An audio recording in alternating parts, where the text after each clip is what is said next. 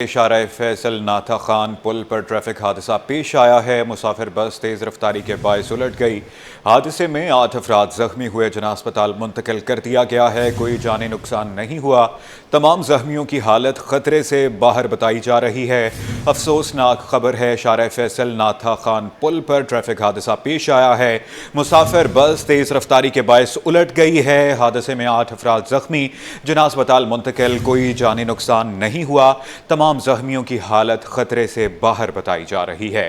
Update یہ ہے کہ حادثہ پیش آیا ہے اور کوئی جانی نقصان کی اطلاع ابھی تک موصول نہیں ہوئی۔ اس حوالے سے بات کریں گے اپنی نمائندہ درہ شہوار سے۔ جی درہ شہوار، بتائیے گا حادثہ پیش آنے کی وجہ کیا سامنے آ رہی ہے؟ جی بالکل، ڈگ روڈ ناتھا خان ایئرپورٹ کے اطراف پل اترتے ہوئے تیز رفتاری کے باعث ایک مسافر بس D1 الٹنے سے اب تک کی جو زخمیوں کی تعداد ہے وہ 13 ہو گئی ہے۔ اچھا جی، تمام زخمیوں کو طبی امداد کے لیے ایمبولینس کے ضلع اسپتال منتقل کر دیا گیا ہے اور زخمیوں کی جو حالت ہے وہ خطرے سے باہر ہے۔ اچھا، یہ جو حادثہ پیش آیا بس کی تیز رفتاری کے باعث پیش آیا تھا۔ بس تیز رفتاری ہونے کی وجہ سے یہ ایک اس پہ پلٹ گئی تھی، جس وجہ سے جو پہلے جو زخمیوں کی تعداد ہمارے سامنے آئی تھی وہ 8 تھی، لیکن اب تک جو زخمیوں کی تعداد سامنے آ رہی ہے وہ 13 ہے، لیکن تمام زخمیوں کی جو حالت ہے وہ خطرے سے باہر ہے۔ جی اچھا درہ شہوار، یہ بھی بتائیے گا کہ ڈرائیور کا لائسنس اور ہیلتھ سرٹیفکیٹ چیک کیا گیا ہے یا اس حوالے سے کوئی پیش رفت سامنے آئی ہے اب تک؟ جی، ڈرائیور تو موقع سے فرار ہو گیا تھا۔ عوام نے اپنی مدد آپ کے تحت لوگوں کو، زخمیوں کو وہاں سے ریسکیو کر کے اس کے بعد انہوں نے ایمبولینس ارینج کر کے پھر ان لوگوں کو ضلع اسپتال منتقل کیا تھا۔ ڈرائیور موقع سے، جب یہ بس کلٹی ہوئی اس کے بعد وہ ڈرائیور موقع سے فرار ہو گیا تھا۔ جی ڈرائیور موقع سے فرار ہو گیا تھا۔ درہ شہوار، آپ ہمارے ساتھ رہیے گا۔ آگے بڑھتے ہوئے آپ کو بتائیں گے کرنگی انڈسٹریل ایریا ناصر جمپ کے قریب فیڈ انڈسٹری میں آتش زدگی کا واقعہ پیش آیا ہے۔ فائر بریگیڈ کی گاڑیوں کی مدد سے آگ پر قابو پانے کی کوششیں جاری ہیں۔ فائر بریگیڈ گاڑیوں کی مدد سے آگ پر قابو پانے کی کوششیں بھی جاری ہیں۔ حادثہ پیش آیا ہے کرنگی انڈسٹریل ایریا میں۔ بتاتے چلیں کہ یہ آتش زدگی کا واقعہ ہے۔ درہ شہوار سے بات کریں گے اس حوالے سے۔ جی درہ شہوار، اپڈیٹ کیجیے گا۔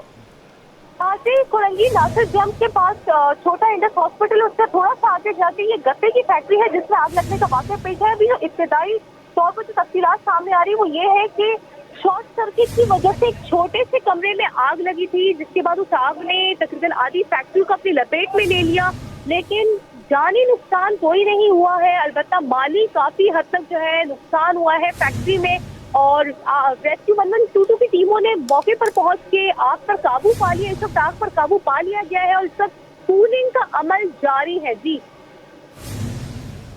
اچھا درہ شہوار، یہ بھی بتائیے گا کہ فیکٹری بنیادی طور پر کس چیز کی تھی؟ کس چیز کی پروڈکشن ہو رہی تھی فیکٹری میں؟ جی، یہ گتے کی فیکٹری تھی جس میں گتے میں چوزے اور انڈے جو ہے رکھ کے سپلائی کیے جاتے تھے۔ اس میں شارٹ سرکٹ ایک کمرے میں شارٹ سرکٹ ہونے کی وجہ سے آگ لگی تھی اور اس گتے وہاں پہ کافی مقدار میں گتے موجود ہونے کی وجہ سے وہ آگ نے کافی چیزوں کو اپنے لپیٹ میں لے لی اور کافی ٹائم کے بعد اس آگ پر قابو پایا گیا ہے اور اب جو ہے قابو پا لیا گیا اس آگ کے اوپر۔ جی درہ شہوار، اپڈیٹ کرنے کے لیے آپ کا بہت شکریہ۔ بتاتے چلیں عید قربان کی آمد شہر میں صفائی ستھرائی یقینی بنانے کے لیے انتظامیہ متحرک۔ ضلع وسطی میں 23 ڈمپنگ پوائنٹس قائم۔ عید کے تینوں دن تمام محکمے اور عملہ فیلڈ میں رہے گا۔ ڈی سی سینٹرل کی زیر صدارت آلائشیں اٹھانے کے حوالے سے اجلاس۔ ڈائریکٹر سالڈ ویسٹ KMC اور پولیس افسران کی بھی شرکت۔ ڈپٹی کمشنر ضلع وسطی کی عید الاضحیٰ پر آلائشیں بروقت اٹھانے کی ہدایت۔ اپڈیٹ کریں کہ عید قربان کی آمد ہے۔ دوسری جانب شہر میں صفائی ستھرائی یقینی بنانے کے لیے انتظامیہ متحرک ہو گئی ہے۔ ضلع وسطی میں 23 ڈمپنگ پوائنٹس قائم۔ عید کے تینوں دن تمام محکمے اور عملہ فیلڈ میں رہے گا۔ ڈی سی سینٹرل کی زیر صدارت آلائشیں اٹھانے کے حوالے سے اجلاس منعقد ہوا۔ ڈائریکٹر سالڈ ویسٹ KMC اور پولیس افسران کی بھی شرکت۔ ڈپٹی کمشنر ضلع وسطی کی عید الاضحیٰ پر آلائشیں بروقت اٹھانے کی ہدایت کی گئی ہے کہ آلائشیں وقت پر اٹھائی جائیں۔ عید قربان کی آمد ہے اور دوسری جانب شہر میں صفائی ستھرائی یقینی بنانے کے لیے انتظامیہ متحرک ہے۔ ضلع وسطی میں 23 ڈمپنگ پوائنٹس قائم کر دیے گئے ہیں۔ کہ اینٹی نارکوٹکس کی 15 ماہ کے دوران 29,000 سے زائد کارروائیاں آپریشنز میں 243.579 میٹرک ٹن منشیات برآمد۔